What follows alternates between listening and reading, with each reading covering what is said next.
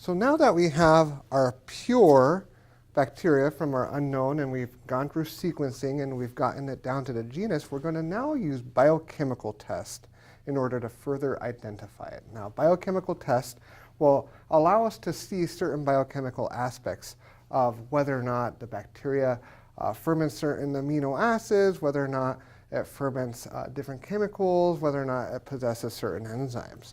And so we're going to talk about a few different tests right now. The first test is known as the salt tolerance test. This is a fairly simple test.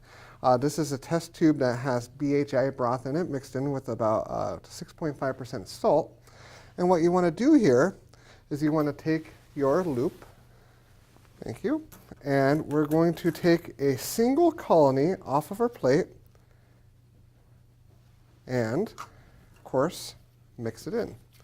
Now, again, as all rules of microbiology state, before you do this, you want to make sure that your tube's nice and labeled with your name, what you're putting in it, as well as the date.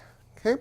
Now, note whenever you're working with bacterial cultures that you want to have that lid a little bit loose. We like to call this finger loose so that you can move it while it's just with your finger. It's not too tight, because if you have it too tight, you'll end up killing the bacteria. Okay? And what we're looking for here is that if it turns positive, it goes from clear to kind of this fogginess, and this is known as turbid. So if bacteria was able to resist salt, you're able to see it growing in here. If it's not able to resist salt, it will still be very clear. Okay? So some bacteria are identified on whether or not they can break down salt or resist salt. Now, another test that we have is known as the SIM test. Now, the SIM test stands for sulfur, indole, and motility.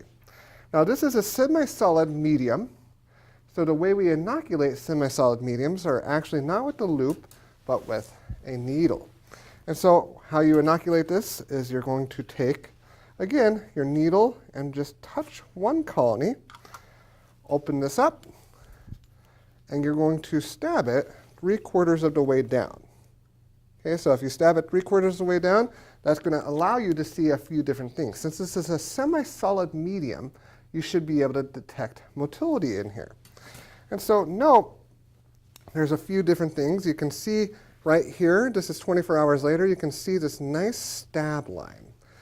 Now, if the bacteria are still at the stab line where you put them, that would imply that they're not motile. Okay, so there's a stab line right here. If you cannot see the stab line, so here's another example of one that has a stab line. So that's another example of not motile. But if the stab line sort of disappears, it's turned very foggy all throughout the tube, that means it is motile. So whether or not you see that stab line still is an indication of motility. If you can't make out the stab line very well, the bacteria has moved away from it. If you still see a very well-made stab line, that means that it is not motile. Now, the other parts of this, the S and the I part, stand for sulfur and motility, or sulfur and indole. And so what happens here is the tube will turn a different color if it produces sulfur from breaking down an amino acid called cysteine. Okay? So it will turn this nice black color if it's able to break down cysteine. Okay? Now, how black it turns is actually dependent on the organism. So here's a nice, pretty black color. Now you might be wondering, well, Angelo, if it's nice and black like that, how do I know whether or not it's motile? Well, remember, if it's motile, it will spread throughout the tube, right? So all the tube will turn black. If it's not motile, you'll just see a stab line of black at that point for sulfur. Okay?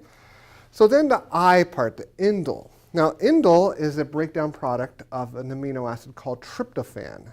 So when tryptophan is broken down, it produces indole. And it turns out indole by itself is a clear liquid.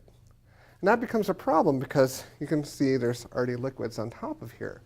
And so how does one differentiate between clear liquids that might be something like water that condensed in this tube and indole? Well, we have a reagent that we call Kovacs reagent after Dr. Kovac that will turn indole red should it be present.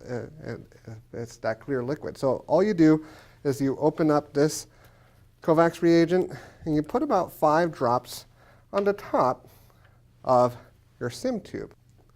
So not only can it tell motility, not only can it tell whether or not sulfur is being produced, but it can tell whether or not indole is being produced by the breakdown of tryptophan. So what will happen is after you've inoculated this, 24 hours later at least, you'll add this liquid called Kovacs reagent, and you will find whether or not it turns a red color. If it turns red on top, it's going to be positive for indole. If it does not turn red, it's going to be negative for indole. Now, there's other tests too. We have this solid slant test called citrate. Starts out as this kind of green color. So since this is a slant, what we're going to do is we're going to inoculate it with our loop.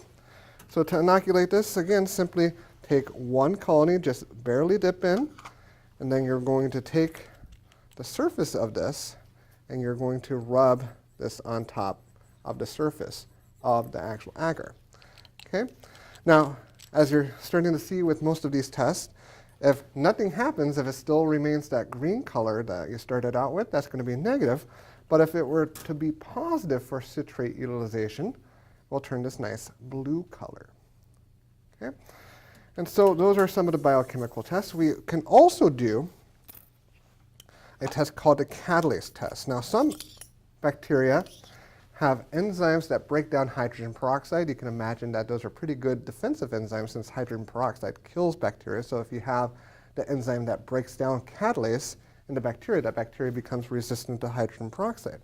So this is a fairly simple test. All you really need is a bottle of hydrogen peroxide as well as a pipette. And you can put a drop of hydrogen peroxide on here. And what you're going to use here then is, again, a loop to test your bacteria. So you can take, again, a single colony, and all you do is rub it into hydrogen peroxide. So note with this one, there was no reaction, there was no bubbling. But I also want to show what a positive will look like. And so I have a control organism that I can use right here. And again, we're going to just take a small amount of this with your loop, and you're going to mix it in. And what you're going to notice right away is the formation of all these bubbles. That bubbling is going to show that it's positive for catalase, and it will bubble right away. Okay? And so the more rubbing you do, the more bubbling that becomes. And so that's going to be positive for the catalase enzyme. And that will help you determine with these various biochemical tests what you have down to a species level. So after you have blasted your sequence reading result and got your genus, you'll do these tests and then you'll do research online to see which species within that genus has these biochemical properties.